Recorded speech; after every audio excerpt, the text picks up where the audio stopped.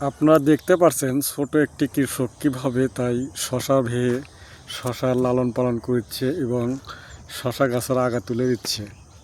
আপনারা দেখতে পাচ্ছেন এই ছোট কৃষকের এত মেধা, তাই মোটামুটি শশার গাছের চেহারা মোটামুটি ভালো এবং সার, খোল, ওষুধ, কীটনাশক কীভাবে এই কৃষক দেয়, কিন্তু আপনারা দেখলে আপনারা অবাক হয়ে যাবেন।